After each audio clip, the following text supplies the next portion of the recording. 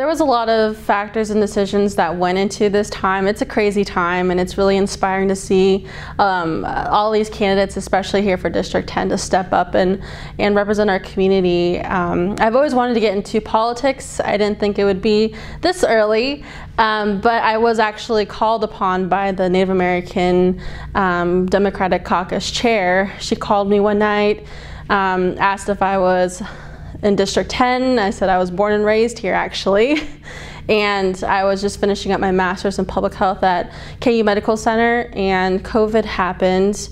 So it was a time for public health leadership that we needed to stand up, and I was ready. I always felt like I didn't give back to my community enough, and with all of this happening, and I saw the leadership from Government Kelly come in extremely strong, but met with a lot of pushback. And I believe she acted in a very swift and cautious measure that saved a lot of lives. And you can look at other states too who have more of a relaxed policies. You know, me, I'm Native American, I'm Navajo, so the Navajo Nation has the highest COVID cases and highest death rates, and you know, I've been personally impacted by my family too. So this is a very personal decision or personal issue where I really value the health and safety of Kansans.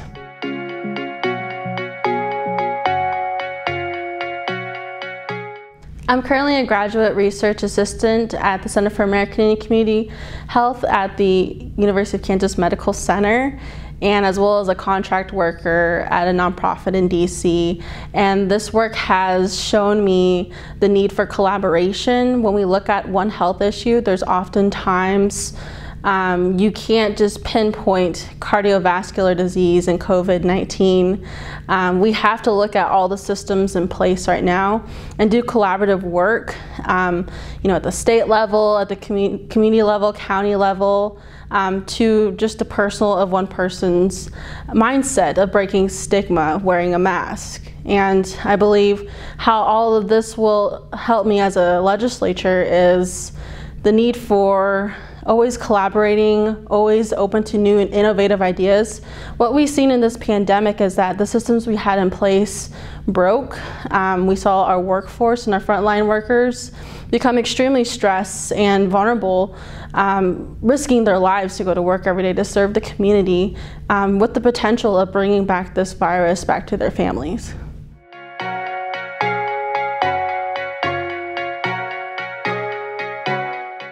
I think first and foremost, we need to make sure that Kansans are healthy enough to get back to work and to rebuild our economy. That's the first thing. I believe my background in public health emphasizes on the need of collaboration. We've seen communities in the country come together during such unprecedented times in the past, and this is an example of it now. And my background, you know, I will admit, is not economics or finances. That is something that I'm openly admitting to, and would welcome all professionals to contact me, and I would listen to their expertise as well. But in public health, we definitely want to make economic decisions that not only bring jobs to people, but also give them a quality, fair wage, as well as a healthy work environment.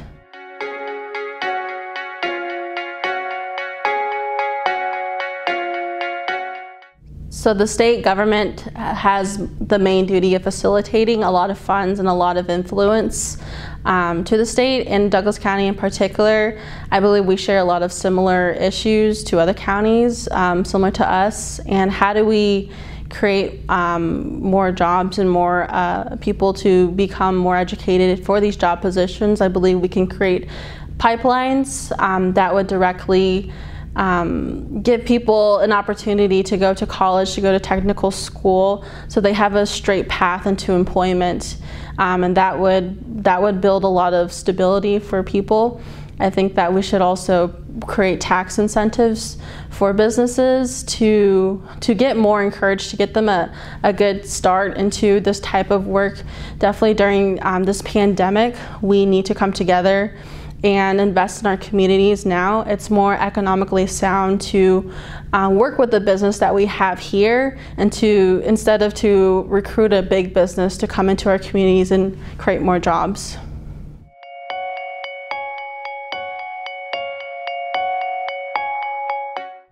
There's a lot of issues facing in our state right now.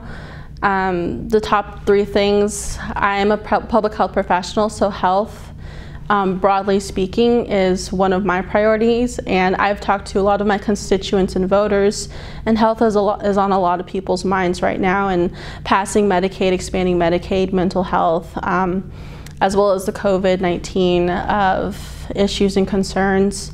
I believe the economics too is definitely a lot on a lot of people's minds right now. How do we come back from COVID-19 taking out our economy, taking our unemployment and our jobs away?